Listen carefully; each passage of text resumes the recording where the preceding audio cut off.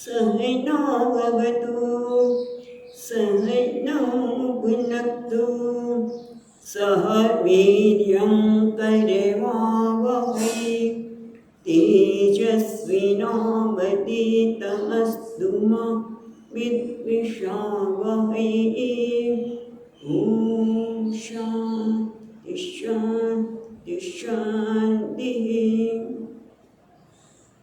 ॐ पूर्णमदः पूर्णमिदं पूर्णात् पूर्णमुदच्यते पूर्णस्य पूर्णमादाय पूर्णमेवावशिष्यते।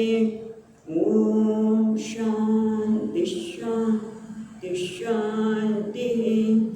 श्रुतिस्मृतिपुराणानाम् आलयं करुणालयं नमामि भगवत्पादं शङ्करं लोकशङ्करं शङ्करं शङ्कराचार्यं केशवं बादरायणं सूत्रभाष्यकृतौ वन्दे भगवन्तौ पुनः पुनः। ईश्वरो गुरुरात्मेति मूर्तिभेदविभागिने व्योमवद्व्याप्तदेहाय दक्षिणामूर्तये नमः। ॐ पार्थाय प्रतिबोधितां भगवता नारायणेन स्वयं व्यासेन ग्रथितां पुराणमुनिना मध्ये महाभारतम् अद्वैतामृतवर्षिणीं भगवतीम् अष्टादशाध्यायिनीम् अम्ब त्वामनुसन्दधामि भगवद्गीते भवद्वेषिणीम्। यं ब्रह्मा वरुणेन्द्ररुद्रमरुतः स्तुन्वन्ति दिव्यैस्तवैः वेदैः साङ्गपदक्रमोपनिषदैः गायन्ति यं सामगाः। ध्यानावस्थिततद्गतेन मनसा पश्यन्ति यं योगिनः यस्यान्तं न विदुःसुरगणाः देवाय तस्मै नमः।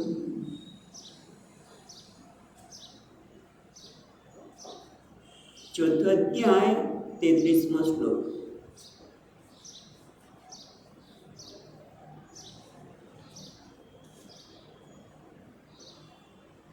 श्रेयान् द्रव्यमयाद्यज्ञान् श्रेयान् द्रव्यमयाद्यज्ञान् नान्ययज्ञः परन्तप नान्ययज्ञः परन्तप सर्वकर्माखिलं पार्थ सर्वकर्माखिलं पार्थ ज्ञाने परिसमाप्यते ज्ञाने परिसमाप्यते। ગઈકાલે આના તરફ વિચાર કરતા હતા કે અહીંયા ભગવાન ભાષ્યકાર કહે છે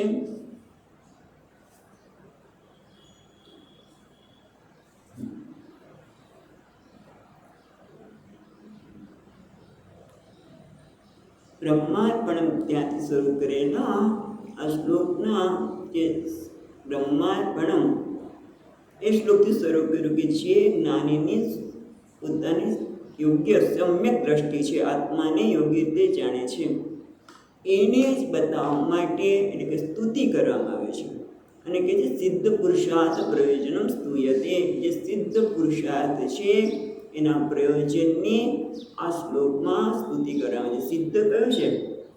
સિદ્ધ કોણ છે? આત્મા, પરમાત્મા સિદ્ધ છે અને પરમાત્માની પ્રાપ્તિ જ એ આપણા જ બધાના જીવનનું પ્રયોજન છે. જાણીએ કે ન જાણીએ, બધાનું પ્રયોજન આપણે પરમાત્માની પ્રાપ્તિ છે. એટલે એની સ્તુતિ કરતા એ છીએ કે શ્રેયાન દ્રવ્યમયાદ્યજ્ઞાત મયા સે દ્રવ્યમય યજ્ઞાત, આમ તો યજ્ઞાત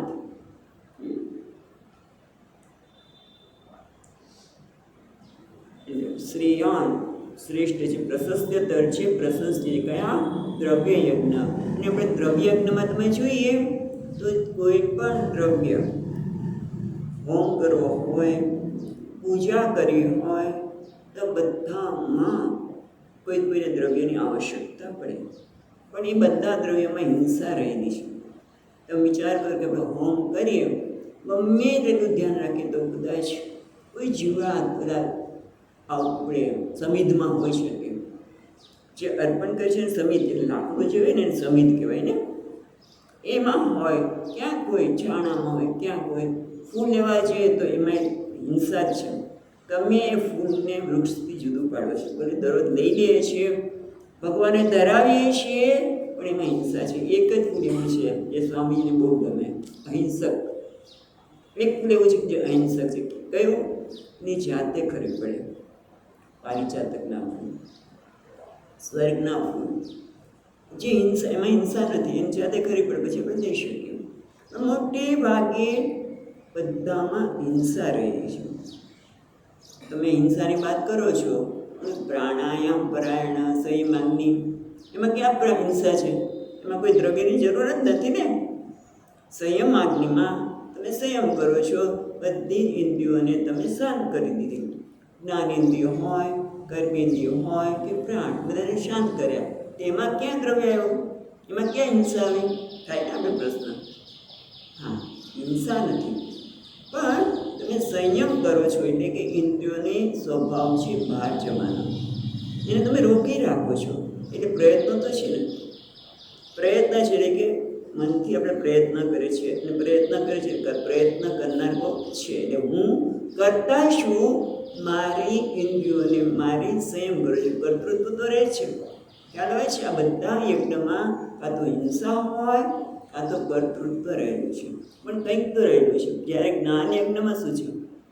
જ્ઞાન યજ્ઞમાં કોઈ હિંસા છે જ નહીં, કોઈ દ્રવ્ય છે નહીં, કર્તૃત્વ પણ નથી. કેમ?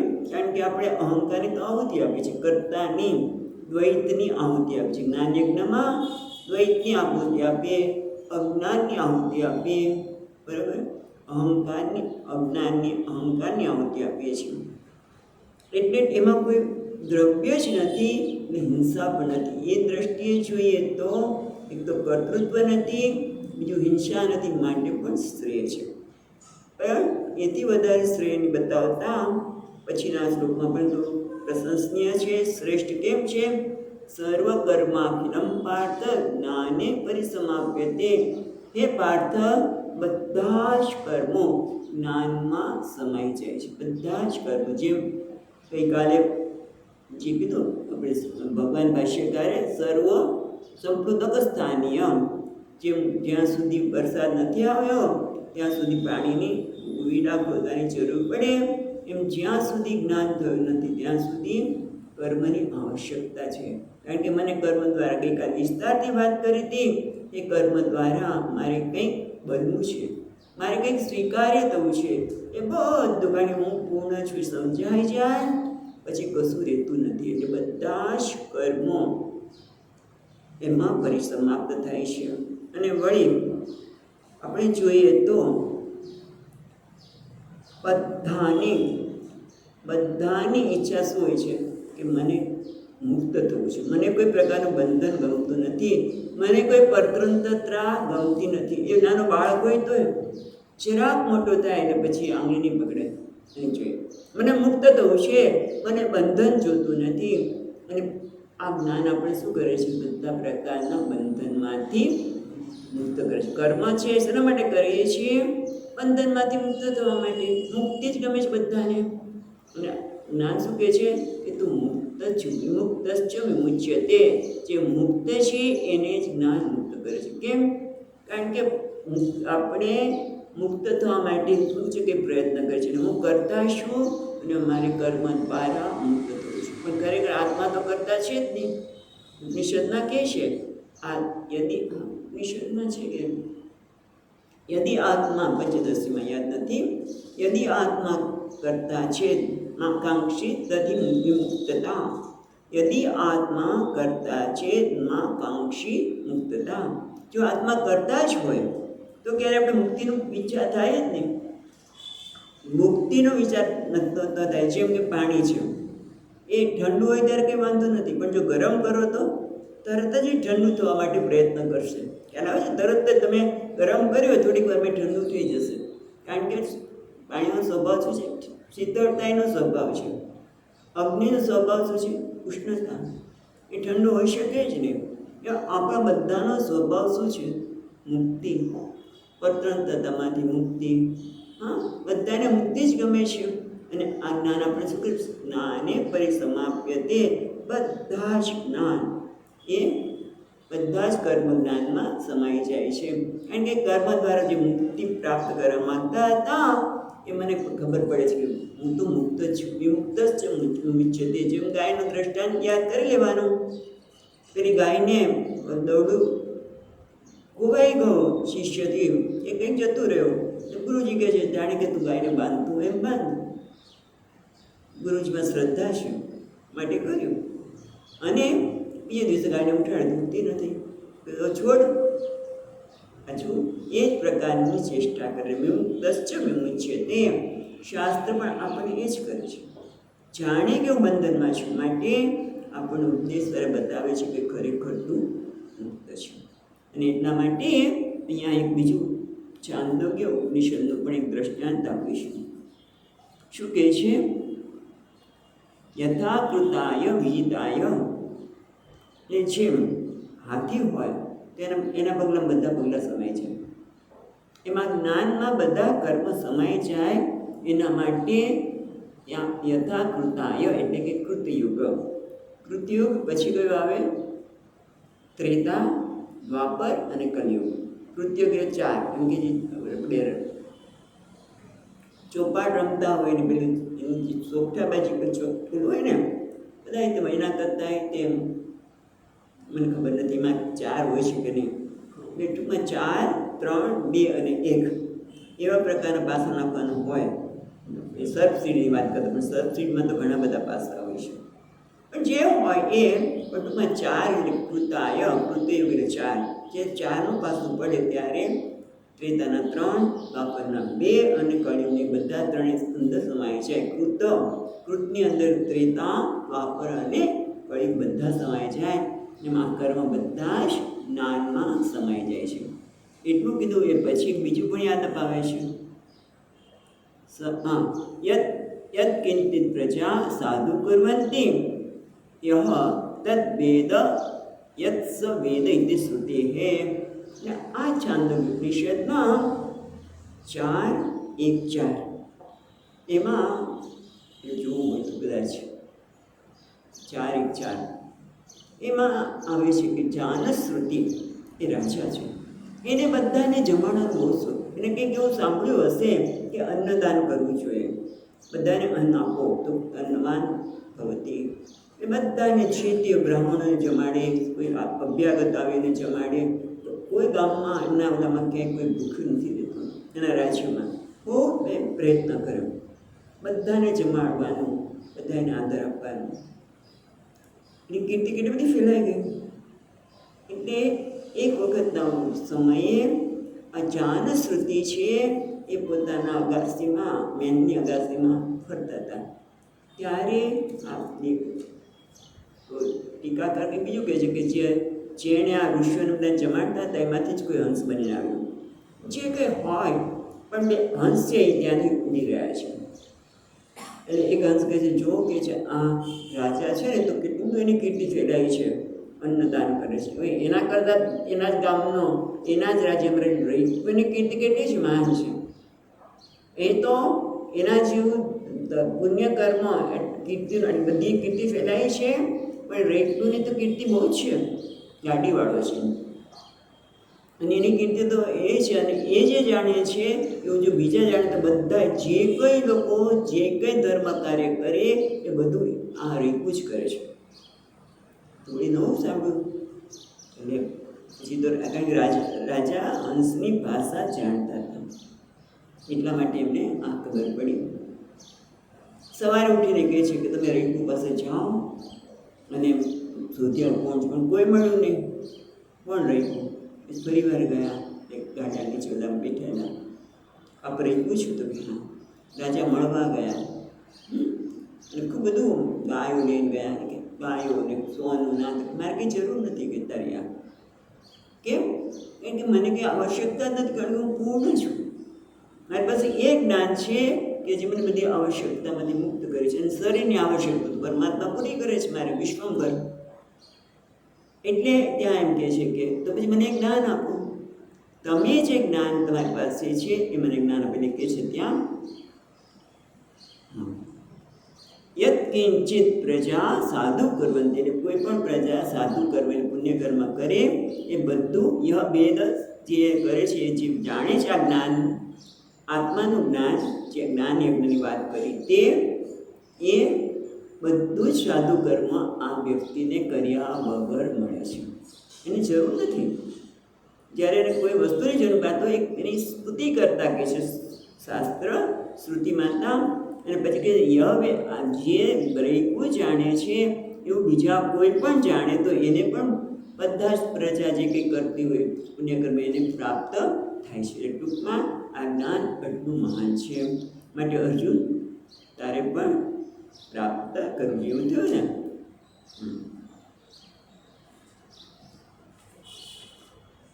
હવે આગળ કે છે બરોબર.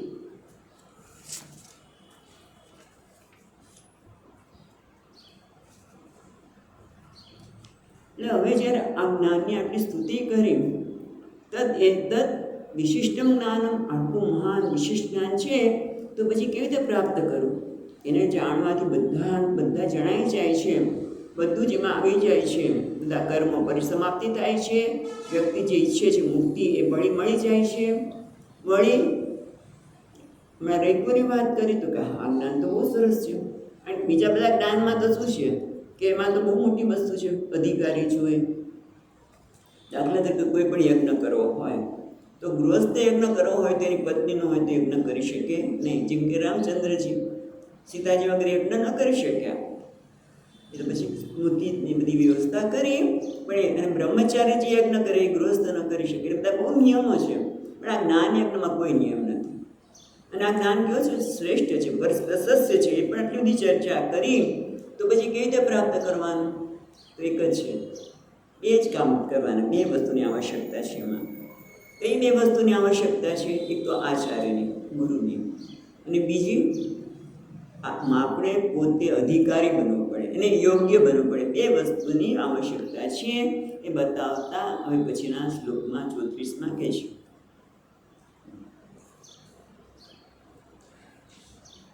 તદ્વિદ્ધિ પ્રણિપાતેન પરિપ્રશ્નેન સેવયા ઉપદેક્ષ્યન્તિ તે જ્ઞાનમ જ્ઞાનિનસ્તત્વદર્શિનઃ. એટલે કહે છે તદ્વિદ્ધિ પરિપ્રાપ્તેન પરિપ્રશ્નેન સેવયા. તદ્વિદ્ધિ, તદ એટલે તદ્વિદ્ધિ તેને તું જાણ, આ જ્ઞાનને તું જાણ. તદ એટલે તે જ્ઞાન છે કર્યું એ વિદ્ય એટલે જાની જાણ. પણ કયા? એન વિધિના પ્રાપ્ત, જે વિધિથી તને પ્રાપ્ત થાય એ વિધિને અનુસરીને તું આ જ્ઞાન પ્રાપ્ત કર. કઈ વિધિ છે? પ્રણિપાતેન આચાર્યમ અભિગમ્ય. પહેલાં તો ગુરુજી પાસે જઈને, પણ ગુરુજી પાસે કયા ગુરુજી પાસે જવું? ગુરુજી પણ ન કહેવા, આચાર્ય કયા પાસે જવું એ પણ બહુ મુશ્કેલ છે ને. એ કોણ સાચા હશે ભાઈ? અત્યારે તો સ્વામીજી ઘણી વખત કે વૈદ્યરાજને કે તમને નમસ્કાર છે, કારણ કે તમે પૈસા લો અને પ્રાણે લઈ જાઓ. એ રીતે આચાર્ય પણ પૈસા લઈ લે અને આપણું દુઃખનું હરણ કરે, એવા પણ છે આજે. તો હવે કોની પાસે જવું? પ્રશ્ન એ થાય ને, તો બે વસ્તુ છે. એ આચાર્ય પાસે જવા માટે બે વસ્તુ છે. શું છે? એક તો આપણા ઉપર આધારિત છે. શું આધારિત છે? કે ખરેખર મને શું જોઈએ છે? ખરેખર મને જ્ઞાન જોઈએ છે? આ જ્ઞાનની જે પ્રશંસા કરી એવું જ્ઞાનમાં રસ છે, આત્મજ્ઞાનમાં રસ છે? કે પછી કોઈ આવીને મારા મસ્તકે હાથ, એવો કોઈ ગુરુ જોઈએ કે જે મારા માથા પર હાથ મૂકી દે અને શક્તિપાત થઈ છે? શક્તિપાત કરનાર પણ ખરેખર શક્તિપાત નથી કરતા. એ કદાચ તમને એક ક્ષણે બધી અનુભવ કરાવે, પણ પછી તમારે પ્રયત્ન કરવો પડે. ખ્યાલ આવે છે? અને તોય શું શક્તિપાત થાય તો મુક્તિ તો ન જ મળે, થોડી સિદ્ધિ મળે, એ વગેરે મળે, પણ મને જ્ઞાન જ જોઈએ છે. જેમ આપણે વાત કરી કે કોને લોકો પૈસા લઈ જાય, કોના પૈસા લઈ જઈ શકે? મને લોભ હોય, મને એમ કે તમે મને સોનું આપો તો ડબલ કરી દઈશ, તો આટલા પૈસા આટલું થશે. પણ મારે પૈસા વધારે કરવા જ ન હોય તો કોણ લૂંટી શકે? ખ્યાલ આવે છે? કે જો મને કંઈક લોભ હોય, એ પછી લોભિયાનું ધન ધૂતારા લૂંટે, એવું છે ને? હા, એટલે લોભ હોય તો આપણે લોકો છૂતરી જાય. આપણે કંઈ આમ કરશું, આમ કરશું, તરત આપણે એમાં પ્રભાવમાં આવી છે. તમારે અમેરિકા જવું હોય તો તમે એટલા પૈસા આપો, પણ અમેરિકા જવું જ નથી તો પૈસા આપીને જ જવું, તો કોઈ કરી ન શકે. એ રીતે આચાર્ય પણ મને શું જોઈએ છે એના પર આધારિત છે. મને જ્ઞાનમાં જ રસ છે, બીજા કશામાં નથી. જેમ આ માટે ખરેખર ક્યારેક મેં વાત કરી છે કે વિવેકાનંદજીની જ વાત છે. ત્યારે નરેન્દ્ર હતા અને એ રામકૃષ્ણ પરમહંસ પાસે જતા હતા. થોડા દિવસ તો બહુ જ પ્રેમ કરે, એને બોલાવે, સાદામણી દ્વારા જમાડીને બહુ જ કરે, બહુ ધ્યાન આપ્યું. પછી અઠવાડિયા 10 દિવસ પછી એની સામે જોયું જ નહીં. એને બોલાવે નહીં, જમવાની તો વાત નહીં, પણ બોલાવે નહીં, એની સામે જોવે નહીં. સત્સંગ કરતી વખતે બીજાની સામે જોઈને કરે સત્સંગ. 1 દિવસ ગયો, 2 દિવસ ગયો, 8 દિવસ ગયા, પણ તો આવે છે નરેન્દ્ર. અને પછી રામકૃષ્ણ પરમહંસે પૂછ્યું કે તારી સામે જોતોય નથી, તને અમે જમાડતા હતા પહેલાં, તને જમાડતાય નથી, તો તું કેમ આવે છે? કે મહારાજ, હું તો જ્ઞાન માટે આવું છું. તમે મારી સામે જુઓ, મને માન આપો કે મને કશાની જરૂર નથી, મને જ્ઞાનમાં રસ છે. તો એવા આચાર્ય મળે. એમને આજે નરેન્દ્ર, આજે વિવેકાનંદ ક્યારે થયા? આવા આચાર્ય પડ્યા ત્યારે. ટૂંકમાં પહેલી વસ્તુ એ છે કે આપણી સ્થિતિ શું છે. એક બીજું, એના માટે અધિકારી બનવું પડે. તો કઈ રીતે અધિકારી બનવું? તો પ્રણિપાતે ન. એના માટે ખરેખર તો અધિકારી એક જ છે. મુખ્ય લક્ષણ એ છે શ્રદ્ધાવાન લભતે જ્ઞાનમ. આ જ અધ્યાયમાં ભગવાન કહેવાય શ્રદ્ધાવાન લભતે જ્ઞાનમ. શ્રદ્ધા હોય તો જ જ્ઞાન મળે, પણ એ શ્રદ્ધા પ્રાપ્ત કેવી રીતે કરવી? તો એના માટે પ્રણિપાતેન પ્રકર્ષેણ પતનમ પ્રણિપાત. આચાર્યને દીર્ઘ નમસ્કાર કરવાય. અષ્ટાંગ, 8 અંગ આપણા શરીર, મસ્તક, બરાબર, છાતી, સમજી કે ને આપણે કે સૂર્ય નમસ્કાર કરી ત્યારે 8 અંગ. એટલે ખાલી અંગને પાણી, હું તમને આપણે જ્યારે કોઈને પ્રણામ કરે ને ત્યારે લોકો હાથ ઉપર રાખીને પહેલાં બોલે કે હું આ ગોત્રનો, આ મારું નામ છે, હું આપને પ્રણામ કરું છું. પ્રણામ કરીએ છીએ ત્યારે વાણી દ્વારા ભાવના વ્યક્ત કરીએ છીએ, અને સાથે ભાવના તો છે વાણી દ્વારા, પણ અંદર પણ છે, ત્યારે પ્રણામ થાય. પણ એમ કે સીધા ઘણા લોકો સાષ્ટાંગ પ્રણામ કરતા હોય, એ કદાચ ટેવું પણ હોય. અને સાષ્ટાંગ પ્રણામ એટલે કોઈને પ્રણામ કરવા એટલે અહંકારને પેલા નમાવો, ને અહંકાર કે તરત નમે નહીં અને સીધા કોઈને પ્રણામ કરી લેવાય, એ પણ બરોબર નથી. ગુરુજી ઘણા લોકોને ટેવ હોય, ક્યાંય પણ જાય ગુરુજી એટલે પણ તો એને ઓળખતોય નથી એ વ્યક્તિને, અને પછી તમે જો થોડા વખત ત્યાં ગુરુજી કહેતા વ્યક્તિ પાછી એની પાસે આવે નહીં, કારણ કે એકદમ કોઈને આપણે આદર આપી શકીએ જ નહીં. લાંબા સમય દીર્ઘકાળ સુધી એમની સાથે રહે, એ કહે છે સાંભળીએ, એ કરે છે જોઈએ, કારણ કે આપણા જેવા જ છે. આપણા મનુષ્ય જેવું એમનું શરીર છે, એને પણ એ પણ કદાચ જરૂર હોય તો જેમ મહાત્મા થઈ ગયા, એ તો કચરાય વાળતા હોય. તો અમે તો કયા હતા કે જે ડુંગર ઉપર રહેતા હતા, બધા એની ખ્યાતિ હતી. તો તેના સરપંચ મળવા ગયા, દાદુ દયાલ, રાઈટ, દાદુ દયાલ, એની બહુ ખ્યાતિ હતી દાદુ દયાલની. તો એ મળવા ગયા તો ડુંગર ઉપર હતા, તો રસ્તામાં એમાં કચરો વાળતા તો દાદુ દયાલ કહે કે જાઓ ઉપર હશે. મને ઉપર ગયો, આ માણસ મહાત્મા સાફ કરી અને પછી ઉપર ગઈને હાથ ધોઈને બેઠા. આ છે ખ્યાલ આવ્યો કે આપણે જેમ જ બધું કામ કરતા હોય એમાં આપણે શ્રદ્ધા જન્મવી એ બહુ મોટી વસ્તુ છે. એટલે પ્રણિપાતે ને પહેલાં કહે છે પ્રણામ કરીએ, ભલે બધા જ શ્રદ્ધા ન હોય તો પણ નમસ્કાર કરીએ, પ્રણામ કરીએ. જેમ આપણે બાળકોને પણ કહેતા હોઈએ છીએ કે વડીલોને તો ઉઠીને પ્રણામ કરો, જતી વખતે જય શ્રી કૃષ્ણ જે એમને જે કંઈ કહેતા હોય એ પ્રણામ કરીને જાઓ, કહીને જાઓ, જેથી એક દિવસ એને વડીલોમાં આદર જન્મશે, પ્રેમ જન્મશે. એટલે આ પ્રણિપાત એટલે કે લાંબા દીર્ઘ નમસ્કાર એટલે શું બતાવે છે કે અહંકારનો હું નાશ કરું છું. જે અહીંયા ક્યાં કીધું છે, મુંડક ઉપનિષદમાં જ કહ્યું છે, તદ્વિજ્ઞાર્થમ સગૃમેવાભિગચ્છેત શ્રોત્રિયમ બ્રહ્મનિષ્ઠમ સમિત પાણી. એટલે ત્યાં સમિત પાણી એટલા માટે કહે છે, જો તત્ પ્રણિપાતેન પરિપ્રશ્ન, પછી જઈએ એટલે એમને પ્રશ્ન કર્યો. ત્રણેય વસ્તુ છે, શરીર નમાવ્યો એટલે અહંકાર પણ ગયો, જલ્દી નહીં જાય પણ ધીમે ધીમે જશે, એટલે શ્રદ્ધા. તો શ્રદ્ધા જન્મશે. મહત્વનું આ બધાની પાછળ છે શ્રદ્ધાવાન લભતે જ્ઞાનમ. અને એવું કહે છે કે શ્રદ્ધા ન જન્મતી હોય તો શ્રદ્ધા સૂક્તનો પણ પાઠ કરો, કારણ કે ખરેખર બહુ ઝડપથી નથી શ્રદ્ધા જન્મતી. આ મહાત્મા પાસે જવું કે પેલા મહાત્મા પાસે જવું. એક તો આપણે વાત કરી કે આપણી પોતાની ઈચ્છા શું છે તે, કારણ કે બધા આપણા જેવા દેખાતા હોય તો મહત્વની વસ્તુ હું જીવનમાં શું ઈચ્છું છું. મને જ્ઞાન જ જોઈએ છે તો ભગવાન જ્ઞાન આપનાર વ્યક્તિ પાસે આપણને પહોંચાડશે.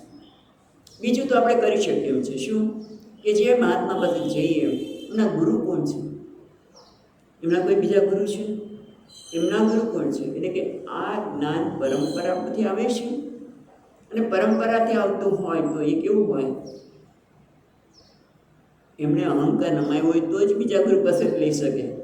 જે જ્ઞાન આપી રહ્યો છે એણે પોતાનો અહંકાર નમાવ્યો હોય, ગુરુની સેવા કરી હોય તો જ મળે. એટલે ટૂંકમાં પરંપરાથી આવે છે કે તો આપણે ખબર પડે, કારણ કે શ્રોત્રિયમ બ્રહ્મનિષ્ઠમ સુગુરુમેવાભિગચ્છેત, ત્યાં ઉપનિષદમાં કહે છે તદ્વિદ્ધિ પ્રણિપાતેન પરિપ્રશ્નેન સેવયા. તો ત્યાં શું કહે છે, તદ્વિજ્ઞાર્થમ સગૃમેવાભિગચ્છેત સમિત પાણી. એ પછી આપણે જોઈએ છીએ એટલે શ્રોત્રિય છે કે નહીં તો આપણે જાણી શકીએ, એક બ્રહ્મનિષ્ઠ છે કે નહીં એ તો જેમ જેમ સાંભળતા જઈએ અને આપણામાં પરિવર્તન આવતું જાય એમ લાગે કે ના કંઈક છે. પણ મહત્વનું છે ગુરુ સ તદ્વિદ્ધિ પ્રણિપાતેન, અને આ જ્ઞાન માટે જાણવા માટે, આ જ્ઞાન જાણવા માટે આચાર્ય પાસે જઈને પ્રણામ કરવા. બીજું શું કરું, પરિપ્રશ્ન, એટલે પ્રશ્ન કરીએ. શું પ્રશ્ન કરીએ, ઘણા લોકો જાય આચાર્ય પાસે અને પછી કે મારા છોકરાના લગ્ન ક્યારે થશે, મારો ધંધો ક્યારે ચાલશે, એના માટે નથી જતા, જ્ઞાન માટે જઈએ કે મને જ્ઞાન જોઈએ છે. મને બીજું કહ્યું સરસ એને શંકરાચાર્ય મહારાજે કહ્યું છે, પરિપ્રશ્નેન કથમ બંધ કથમ મોક્ષ કા વિદ્યા ક ચ અવિદ્યા. આ બંધન મેં સાંભળ્યું છે કે બંધન છે જીવનમાં, અનુભવું છું પણ ખરેખર સત્યનું છે કે મને ખબર નથી. ને બંધન મોક્ષ બધા શબ્દોનો અર્થ શું છે મને ખબર નથી. અને એ તો કેવા છે આ લોકો જે મહાત્મા છે કહેવાય છે કરુણાના સાગર. એટલે આપણે કરુણાલય, શંકરમ શંકરાચાર્યમાં કહે છે કરુણાલય, દયા આપણે તો એક વસ્તુ છે, એક એટલે કોઈ વાત કરતો તો ગૃહસ્થમાં દયા હોય પણ કરુણા ન હોય. કરુણા એટલે કે જેના માટે બધા સમાન છે. વસંતવત લોકમ ચરણતી, એ આ જ્ઞાન આપવા માટે સાધુ બધે વસંતની જેમ બધે જાય અને જેને આવશ્યકતા હોય એને જ્ઞાન આપે. આવા સાધુ પાસે જઈને પ્રશ્ન કરી અને સાથે સેવા કરી. એટલે ગુરુ શુશ્રૂષયા એવમ, ગુરુની સેવા કરવી. બધે એટલે શરીરથી જોઈએ આપણે હમણાં જ જોયું દેવહૂતિના પ્રસંગમાં કે એમણે ગુરુ પિતાના પતિની સેવા કરી. તો એમાં શું હોય ગયું, સેવા કરવી સરળ નથી. કારણ કે સેવ્યને શું જોશે ખબર નથી. જેની આપણે સેવા કરવાના છીએ એ ગુરુજીને શું આવશ્યકતા છે, આપણે તો કાયમ લેતા ન હોય નજીક, તેની શું આવશ્યકતા છે એ આપણને ખબર નથી. વળી સેવા કરવા માટે જેને આપણે ગુરુકુળમાં દાખલા તરીકે રહેતા હોઈએ તો ગુરુજી ઉઠે પહેલાં ઉઠી જવું પડે, સ્નાન કરીને તૈયાર રહેવું પડે. સાથે મને ખ્યાલ છે શરૂઆતમાં આપણે ઋષિકેશ આશ્રમમાં અત્યારે તો બધું ઘાટ છે ને બધું હતું, ત્યાં ઘાટે નહોતા, એ ઊંચું નહોતું, એટલે પાણી લાવવું, એમના માટે ગરમ કરવું, ભિક્ષા લાવી આપવી, ગાય હોય તો ગાયોને ચરાવ્યા જેવું પડે, બધું કરવું પડે. હું શું કામ કરું? ઘણી વખત એવું થાય કે હું ન કરું, એવું મેં જોયેલું છે. હું તો ભિક્ષા આપનાર છું, તો હું તો વાસણ થોડું મૂકું, આમ કરું. એ અભિમાનનો ત્યાગ સેવામાં, સેવા ધર્મ અતિ કઠિન છે.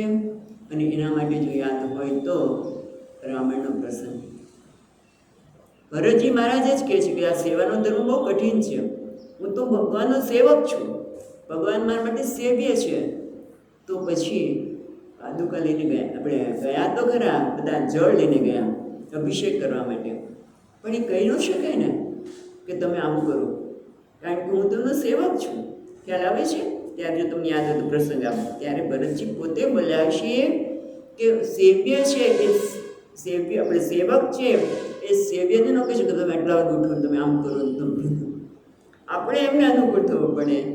એ આપણને અનુકૂળ થાય એવું આપણે કહેવાય પણ નહીં, પણ સૂક્ષ્મ રીતે જાણીને આ સેવા ધર્મ પણ કઠિન છે. ટૂંકમાં આ બધું કરવાથી આપણને શ્રદ્ધા જન્મી શકે. એટલા માટે કહે છે કે આચાર્ય પાસે જઈને પ્રણિપાત નિત્ય નમસ્કાર કરો, પ્રશ્ન પૂછો. પછી પ્રશ્ન પૂછવામાં આપણે મુશ્કેલી થાય, આપણે પ્રશ્ન પૂછશું ને આપણી હાંસી થશે તો સમજો. ઘણા લોકો પ્રશ્ન આપણે સાંજે પ્રશ્નોત્તરીનો હોય, કોને લખવાનું કે તમારું નામ લખો, પણ ઘણી વખત ખબર ન હોય, અંગ્રેજી કરવાની આપણે ના કહી, બધાને વચ્ચે આપણી હાંસી થશે તો આપણે ખોટા ધરીશું. બરાબર ને? આ તો જ્ઞાન જ હોય છે. કદાચ એક વખત હાંસી કરે જ નહીં આચાર્ય. પહેલી વાત તો આવો પ્રશ્ન કેમ પૂછે છે એવું કહે જ નહીં. ભલે ને આપણે આમ સાવ સામાન્ય પ્રશ્ન પૂછ્યો, હા બહુ સુંદર, પણ છતાં આપણે ડરતા હોય છે. એમાં પણ આપણું અભિમાન નડતું હોય છે. એટલે ફરી પ્રશ્ને ન અને શ્રેય વયા તો શું થશે?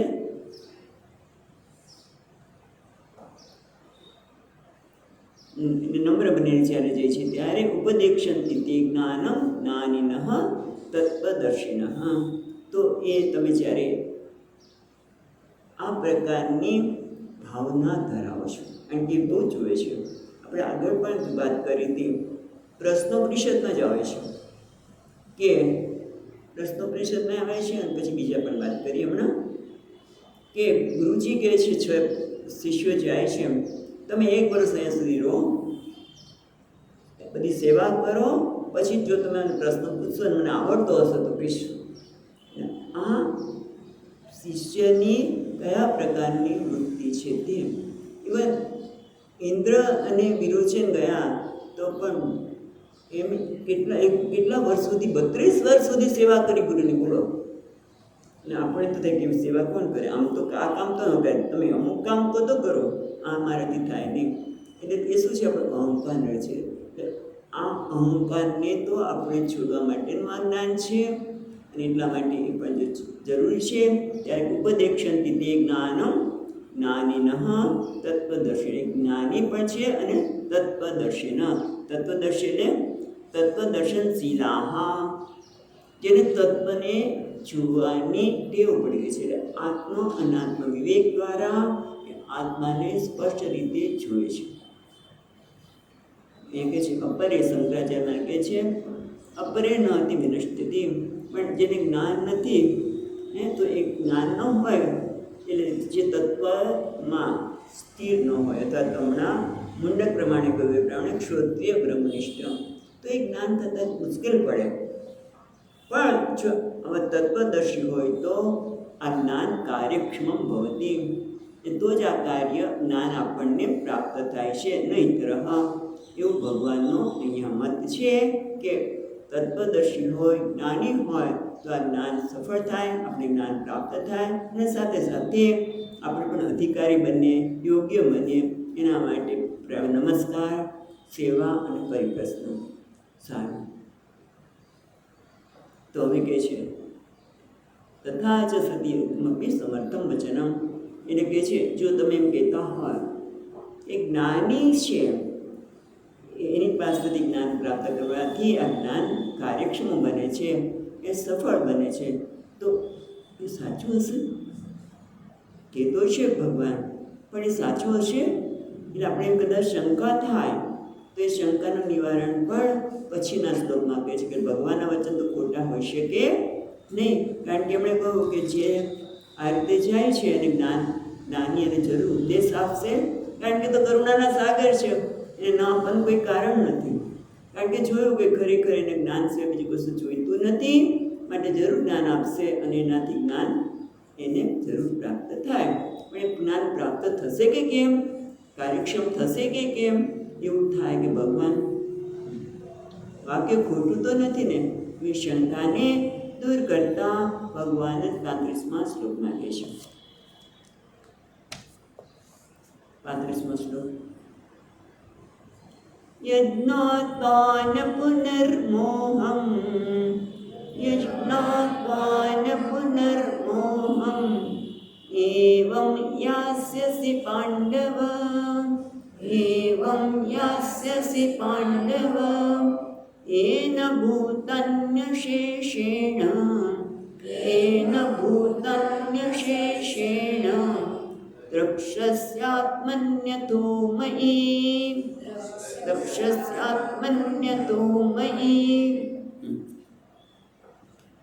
ભગવાન કહે છે યજ્ઞાત્વા ન પુનર્મોહમ એવં યાસ્યસि પાંડવ. એ અર્જુન માટે શું કહે? હે પાંડવ,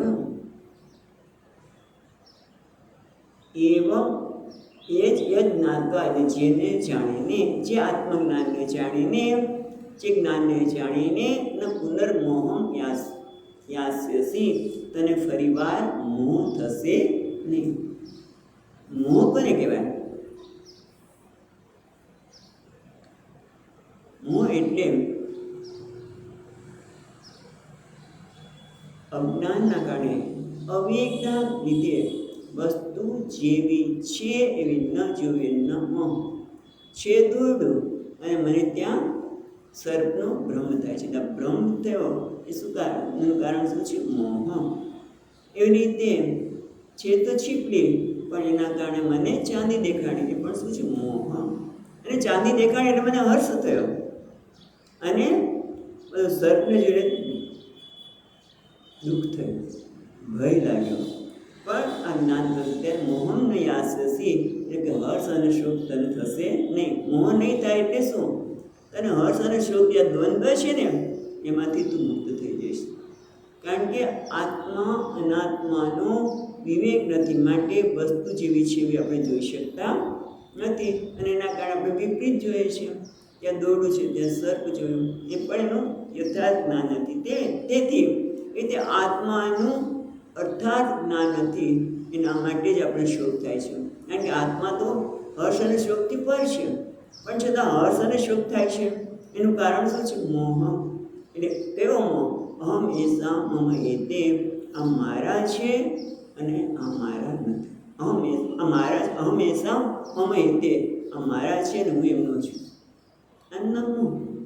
કારણ કે ખરેખર બધા મારા છે તો વાંધો નથી, અને બીજી લીટીમાં કહેવાના જ છે બધા મારા હોય તો કંઈ વાંધો નથી, પણ અમુક જ મારા છે અને અમુક મારા નથી. જો અહીંયા ટીકાકાર કહે છે કે પાંડવ સંબોધનમ, પાંડવનું આ સંબોધન એટલે કહેવા કરવામાં આવ્યું કે તું પાંડવ, તારી જાતને તું પાંડવ માને છે. એટલે અથા અધુના પાંડુ પુત્ર, તું પાંડુનો પુત્ર છે, માટે આ મારા છે. આ દુર્યોધન, ભીષ્મ પિતામહ, ગુરુ બધા મારા છે, અને એના કારણે તને મોહ ગતો છે. અને એટલા માટે જ્યારે જ્ઞાન થશે તો આ મોહમાંથી તું દૂર થઈ જઈશ. બંધુના વધાતિ નિમિત્તમ બ્રહ્મ યાસ્યસી. અત્યારે મોહ કયો છે કે બંધુનો વધ કરનાર બનીશ, હું પાપી બનીશ. આ લોકો ભલે એમને કયું આતતાઈ છે, છતાં આતતાઈને મારવાનો ધર્મ છે, છતાંય કે હું એમને મારીશ નહીં, મને પાપ લાગશે. આ તો પૂજાને યોગ્ય છે, ફૂલ આપવા છે ને એ રીતે વિષ્ણુ મને કેમ મારું? આ બધું શું છે? એના માટે મોહ છે. કારણ કે મોહનું કારણ કીધું ને, આ મારા છે અને હું એમનો છું. અને નમો એટલે આસક્તિ. આપણે જીવનમાં દુઃખ થાય એનું કારણ શું છે? આસક્તિ. આસક્તિનું કારણ શું છે? જ્ઞાનનો અભાવ. એ ન મોહ. એટલે મોહ એટલે આટલું જ મારું છે ને આટલું મારું નથી. બરાબર? આ તારો મોહ છે એ દૂર થશે. અને શું થશે? એન ભૂતાની અશેષેણ, એન ભૂતાની અશેષ, એન એટલે જ્ઞાન, આ જ્ઞાનથી, એન એટલે આ જ્ઞાનથી, ભૂતાની અશેષેણ બધા, કોઈ પણ બાકી રાખ્યા વગર. અત્યારે તો શું છે કે આ બધા પિતૃઓને, પૌત્રને બધાને મારવાના છે. કે છે અહીંયા મધુસૂદનજી મહારાજ કે પિતૃપુત્ર આદિ અશેષેણ, પિતૃ પુત્ર બધા તો ખરા, અશેષેણ એટલે બ્રહ્માદિ સ્તંભ પર્યંતમ, એમાં બધા આવી ગયા તારા પિતૃ ને પિતાજી, પિતામહ, ગુરુ, એ બધા તો ખરા. કારણ ઘણી વખત બ્રહ્માદિ સ્તંભ પર્યંતમ, બ્રહ્માજી માંડીથી એક તણખલા સુધી, પણ એ બધા બરોબર, પણ આ તો નહીં ને. એટલા માટે ટીકાકાર કહે છે એ બધા અંદર આવી ગયા. એ બધાને બીજી રીતે માં કહે છે, એન ભૂતાની અશેષેણ રક્ષ્યસી આત્મની. આત્મની કેથી લીધું? આત્મન્ય છે ને, હા, એમાંથી યને છૂટું પડે, ની એટલે અનિક, અથોમય, અથ ઉમય, ઉમય એવું થશે. એટલે આપણે જોઈએ, અથ ઉ એટલે અભી. પહેલાં શું કહે છે ભગવાન કે તું બધા પ્રાણી માત્રને ને બ્રહ્માજીથી માંડીને બધાને તારા આત્માને, એટલે તારા પ્રત્યેક આત્મામાં, તારા પ્રત્યેક આત્મા છે એમાં તું જોઈશ. એટલે કે તો એટલે તમ પદાર્થ, તારું જે તથા તારું પ્રત્યેક આત્મા, શરીર આત્મા નથી, મન એ આત્મા નથી. કયો આત્મા છે? પ્રત્યેક આત્મા, જે ચેતન સ્વરૂપ છે, જે સચ્ચિત છે એ આત્મા. એ પ્રત્યેક આત્મામાં તું બધાને જોઈશ. પણ બ્રહ્માજીથી માંડીને સ્તંભ સુધી બધાને. એના માટે દ્રષ્ટાંત લીધું વધારે સારું થાય. જેમ કે એમ થાય છે આ ઘડાને, અરે હું તો કેટલો નાનો છું, મારા ઉપર મને કોઈ બોલાવતું નથી, આ નથી. એટલે એક દિવસ એક ગુરુ પાસે ગયો, સદગુરુ મેં આવી ગયો છે. કારણ કે એને જોયું કે બીજો એના જેવડો જ છે, એનાથી નાનો છે પણ એ પ્રસન્ન જ હોય છે. મારા કરતાં નાનો છે તો પ્રસન્ન કેમ છે? તો મારી પાસે જ્ઞાન છે, હું ગુરુજી પાસે દરરોજ સત્સંગમાં જઉં છું ને, એ મારી પાસે જ્ઞાન છે. તો કે મને નહીં છે. એ પણ ગયો. પછી બધું સમજાવે એમને કે જ્યારે આ તારું તત્વ શું છે? તું શેનો બનેલો છે? માટીનો. પેલો નાનો છે એ માટીનો, અને આ મોટો છે એ કલરફુલ છે એ પણ માટી જ છે ને. જ્યારે તું આ બધા માટીના આખું જે જગત છે એને તારામાં જોઈશ. તારો એટલે પ્રત્યેક આત્માને, એટલે તારામાં જોઈશ. એટલે પ્રત્યેક આત્માને એટલે માટી, હું માટી છું એટલે તું જોઈશ. ખ્યાલ આવે છે? જ્યારે આ ઘડાને ઉપદેશ આપવામાં આવ્યો કે એન ભૂતાની અશેષેણ દ્રક્ષ્યસી આત્મની, એટલે આ બધા જ ભૂતાની બ્રહ્માજી સ્તંભ પર્યંતમ તો આપણે સત્ય, આપણે પહેલાં તો દ્રષ્ટાંતમાં જોઈ રહ્યા છીએ. માટે આ બધાને મોટા નાના ઘડા, માટીના બનેલા પૂંજા, જે કંઈ હોય એ બધાને તું તારામાં જઈશ. એટલે કે હું આ બધા માટી છે, માટી સિવાય કશું છે નહીં, એ રીતે તું તારામાં જઈશ. એટલે તું બધાનું અધિષ્ઠાન છે, તું બધાનું અધિષ્ઠાન છે. એટલું જ નહીં, ભગવાન શું કહે છે દ્રક્ષ્યસી આત્મની અથોમયી અથ અને વળી મયી એટલે વાસુદેવ પરમેશ્વરી ચ ઇમાની આ બધાને મારામાં જોઈશ. પહેલાં પ્રત્યેગાત્મામાં જોઈશ ને પ્રત્યેગાત્મા એટલે કે તું આ તારી જાતને અત્યાર સુધી શરીર માને છે, બુદ્ધિ માને છે એ નહીં, પણ જે ચૈતન્ય રૂપ છે એનાથી તું જોઈશ. પણ તમે જો પછી તું મારામાં જોઈશ, બધાને મારામાં જોઈશ. એટલે હું અને તું બંને જુદા નથી. આ મોટું જ્ઞાન છે. કેવું છે? અમર્યાદિત જ્ઞાન છે, અમર્યાદિત તત્વનું જ્ઞાન છે, જ્યાં હું ને મારા એટલું નથી રહેતું. પણ આપણને આ જ્ઞાન ઝડપથી ઉતરતું નથી, આપણને તો અઘરું છે. બીજા મહાત્મા કેવું સરસ કહે છે, શું કહે છે? એમ કે તું ધાવ યોર નેબર વિશે યોર સેલ્ફ, તમારા પાડોશીને પણ પ્રેમ કરો, બીજાને તમે પૈસા આપો, એ સમજાઈ જાય છે. હા, એ બધું સરસ થઈ જાય, કારણ કે બીજા મહાત્મા આવું કંઈ કહેતા હોય તો મને સમજાઈ જાય. પણ તમે જે કહો છો સમજાતું નથી. કારણ કે શું કહે છે? બ્રહ્માજી સ્તંભ પર્યંતમ, બ્રહ્માજી માટે બધાને તું તારામાં જઈશ. મોટી વસ્તુ છે. હવે જો તું બધાને મારામાં છું, એટલે બધા હું જ છું, તો પછી મને કોના માટે બેસ થાય? મને એમ થાય કે આ મારે નથી કરવું. મોહ કોનો થાય? મારાથી જુદો હોય તો મોહ થાય ને. ભ્રમ કેમ થાય છે? કારણ કે આ દોડામાં સર્પ દેખાણો, કારણ કે એ મારાથી જુદું, પણ બધું હું જ હોઉં, બધું મારામાં જ છે, તો પછી ભ્રમને કોઈ સ્થાન જ નથી, મોહને કોઈ સ્થાન જ નથી. પણ આ મોટું જ્ઞાન છે એટલે અહીંયા સ્તુતિ કરે છે ભગવાન. કારણ કે આ કહે છે એટલે અર્જુનને જ્ઞાન થઈ જવાનું તો છે જ નહીં, આપણે નથી થતું ગમે તેનું વિચારે તો. પણ એક વસ્તુ જરૂર છે, પરોક્ષ રીતે પણ સમજાય, ભલે મને આત્મસાત ન થાય, પણ એ કહે છે માટે શ્રદ્ધાવાન નભતે જ્ઞાન. એ કહે છે કે તું આ બધા પ્રાણી માત્ર અશેષ છે, એણે બ્રહ્માજીથી માંડીને બધા જ તારામાં છે, હોવા જોઈએ, અને નથી દેખાતા. અને અથમયી અને વાસુદેવ જે ક્ષેત્રજ્ઞમ ચાપી મામ વિદ્ધિ સર્વ ક્ષેત્રે સુબાર, આ બધા ક્ષેત્રમાં અને વાસુદેવ એ હું જ છું. એટલે ભગવાન કહે છે તું અને હું જુદા નથી, કોઈ ભેદ જેવું છે જ નહીં.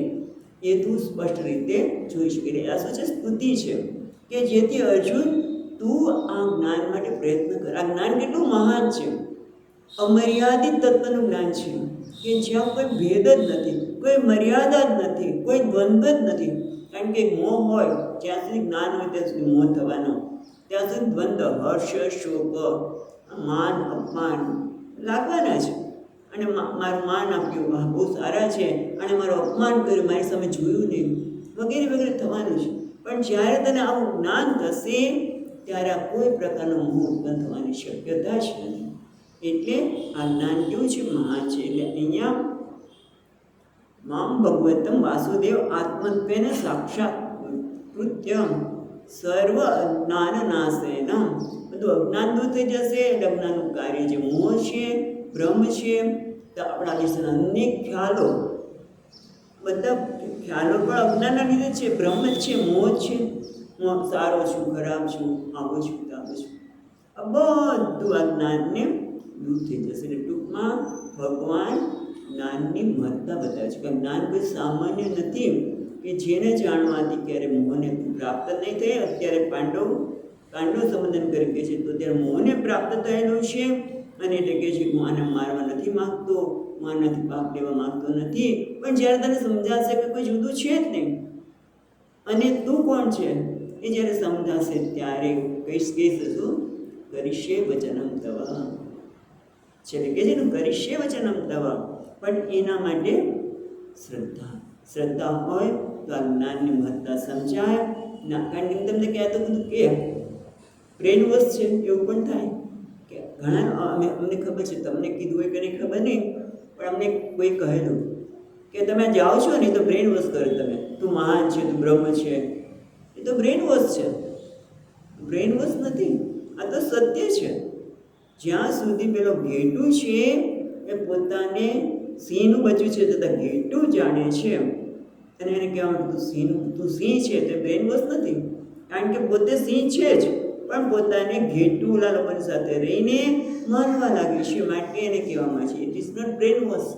એટલે તું બ્રહ્મ છે, તું પૂર્ણ છે, તું કરતા નથી, તું મુક્ત જ છે. એ હકીકત છે. ભલે આપણને એ સ્વીકાર્ય ન લાગતું હોય, કારણ કે એટલા જન્મના સંસ્કાર છે એટલે અઘરું લાગે. બીજી વાત કરું ને કે આના તમે આ એક ને લો છો એ કરતાં બીજી વાત કરો એવું થઈ જાય, પણ અઘરું નથી. પણ એને વારંવાર સાંભળવું જોઈએ. તારી એક વાર કે જેમ બગડો અને છગડો અઘરો લાગતો હતો, પણ એ હવે નથી લાગતો. એમ આપણે જેમ જેમ સાંભળતા જશું પછી મને ખબર છે આપણા બેન આકાશમાં પેલામાં કે પહેલાં તો મને લાગતું તો સારું છે, મારી પાસે માહિતી ખૂબ સરસ છે, પણ હવે એ લાગે છે કે આના જેવી એક ઉત્તમ વસ્તુ નથી. એમ ક્યારે લાગે કે જ્યારે શ્રદ્ધાથી આ સાંભળી, કારણ કે મહાન વસ્તુ છે. એની મહત્તા બતાવે છે ભગવાન કે આ જાણવાથી તને મોહ નહીં થાય, અને એટલું જ નહીં તું બધાને અશેષ અને કોઈ બાકી નહીં રહે, બધાને તારામાં જોઈશ, અને તું પણ મને મારા તું અને કે છે મય અથ અભિમય, અને વળી તું મારાથી ભિન્ન નથી, એટલે હું જ ક્ષેત્રજ્ઞ જ બધું છું એ રીતે તું જોઈ શકીશ. આમ જ્ઞાનની મહત્તા બતાવી. હવે હજી જ્ઞાન કેમ ચ એતસે જ્ઞાનસે મહાત્મય, હજી બીજું જ્ઞાનનું મહાત્મ્ય બતાવે છે. આ જ્ઞાનથી પુનર્મોહ નહીં થાય, પણ આ જ્ઞાનથી શું થાય તો પછીના શ્લોકમાં કહે છે 36મા શ્લોકમાં અપિ ચેદસી પાપેભ્યઃ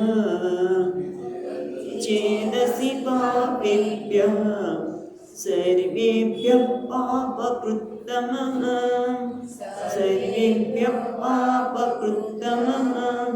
સર્વં જ્ઞાનપ્લવેનૈવ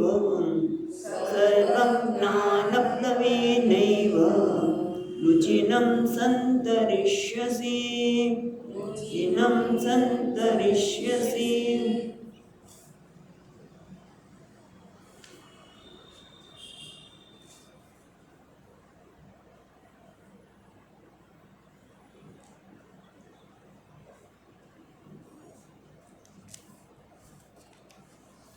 એટલે કહે છે યદિ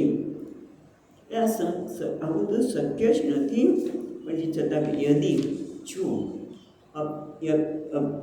અપિ ચેદસી પાપેભ્યઃ, એવું કોઈક હોય કે જે પાપેભ્ય સર્વેભ્ય પાપકૃત્તમ, એવું કોઈક હોય કે જેને બધા પ્રકારના પાપ કર્યા હોય, ન કરવાના પાપ કર્યા હોય છતાં એ કદાચ આ જ્ઞાન પાસે આવે, આ જ્ઞાન પ્રાપ્ત કરે. એ આ બહુ મુશ્કેલ છે, પણ છતાં આપણી સંસ્કૃતિમાં આ દ્રષ્ટાંત પણ છે. જાડેજા અને કયું છે તોરણબાઈ જેસલ તોરણ. એટલે એવું બની શકે ખરું, પણ એટલે એ જ વસ્તુ કે બધા જ વિચેદસી પાપેભ્યઃ સર્વેભ્ય પાપકૃત્તમ, એટલે જે બધા જ પ્રકારના પાપ, એટલે આપણે સંવાદાથી પાપ એટલે સ્વામીજી હંમેશા પાપ એટલે જેને સંવાદ આપણી સૃષ્ટિમાં જે સંવાદિતતા ચાલી રહી છે એનાથી વિરુદ્ધ બધા જ કર્મ કરી દીધા હોય, બધાને દુઃખ પહોંચાડ્યું હોય, છતાં પણ સર્વમ આ બધા જ પાપકૃત્તમાં હોય તો પણ સર્વમ જ્ઞાન પ્લવેનૈવ રુજિનં સંતરિષ્યસિ, સર્વ બધા જ પાપમાંથી જ્ઞાનરૂપી હોડકાથી, જ્ઞાન પ્લવેનમ, જેમ હોડકીમાં બેસીએ હોડકી ભર કે હોડી બોલો એમાં બેસીએ તો આપણે સમુદ્રને પાર કરી શકીએ, નદીને પાર કરી શકીએ, એમ આ પાપમાંથી ગમે તેટલું પાપ કર્યું હોય તો પણ આ જ્ઞાનરૂપી હોડીથી વૃજિનમ તરત જ સંતરિષ્યતિ, એ માણસ તરી જાય છે, એટલે કે પાપમાંથી મુક્ત થાય છે. આનું મહાત્મ્ય છે, એના આપણે વિશેષ ચર્ચા પછી કરીશું. ઓમ પૂર્ણમદઃ પૂર્ણમિદં પૂર્ણાત પૂર્ણમુદચ્યતે પૂર્ણસ્ય પૂર્ણમાદાય પૂર્ણમેવાવશિષ્યતે. ઓમ શાંતિ શાંતિ શાંતિઃ. શંકરં શંકરાચાર્યં કેશવં પાદરાયણં સૂત્ર सूत्रभाष्यकृतौ वन्दे भगवन्तौ पुनः पुनः। ईश्वरो गुरुरात्मेति मूर्तिभेदविभागिने व्योमवद्व्याप्तदेहाय दक्षिणामूर्तये नमः। ॐ शान्ति शान्ति शान्तिः। हरिः ॐ। श्रीगुरुभ्यो नमः। हरिः ॐ।